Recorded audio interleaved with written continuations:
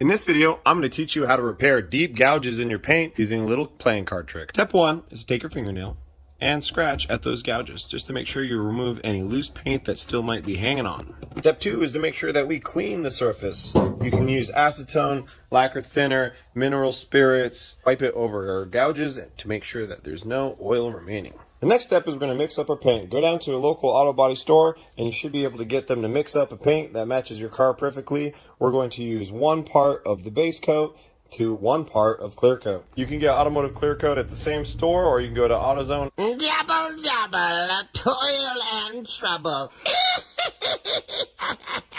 Next, you want to grab an old paintbrush, anything will really do, and we're going to dab this paint on. Try not to drip it everywhere, but it doesn't matter if you make a little bit of a mess.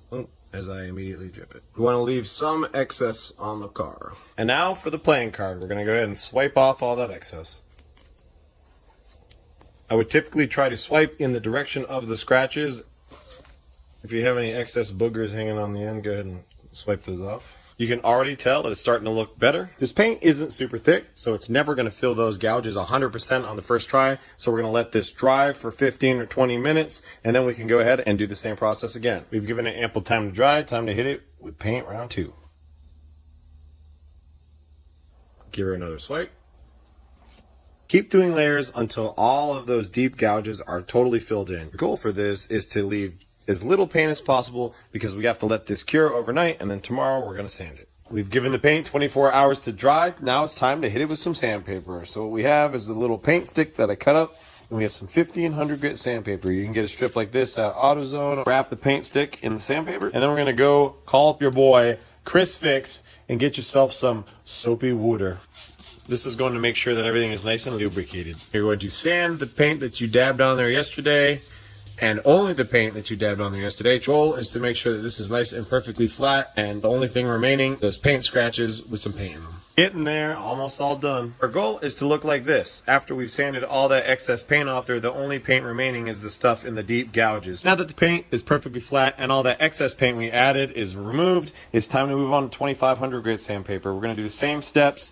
This is important because this makes your life, when you go to buff it, much easier because there's less sand scratches to remove. Sand with the 2500 grit in one direction. That way, when you're done with it, you can see the sand scratches are only facing one direction, and you make sure that all of those 1500 grit sand scratches are completely removed. Our paint is finally ready to be buffed and polished. Get down to Harbor Freight and pick her up one of these Earthquake 12-volt polishers. They're pretty cool, battery powered, and it lasts a fairly amount of time.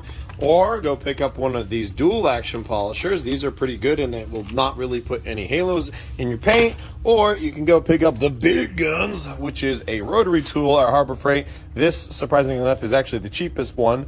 And this will make the quickest work of that. You grab a wool pad, grab yourself some Meguiar's Ultra Cut Compound. I actually really like this stuff and it does a very good job at cutting your paint. Apply a very small amount on the surface and a little bit of detail spray. Dab it on the car.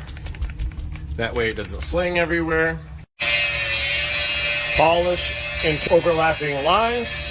Remove all of those scratches. To get rid of any of those halos, the last and final step is to use a soft pad and to go on down to Harbor Freight and get you some Meguiar's Ultra Finishing Polish. Same process, dab it on the car and all the areas that you're going to buff, and then begin your polishing. Wipe off any of the polishing compound, and my God, take a look at that. That looks perfect. Literally, there's no imperfections whatsoever. I guarantee you would not be able to find out where we repaired. If you enjoyed this video and you want to see more like it, feel free to hit that follow button. And don't forget to tell your mother that I love her.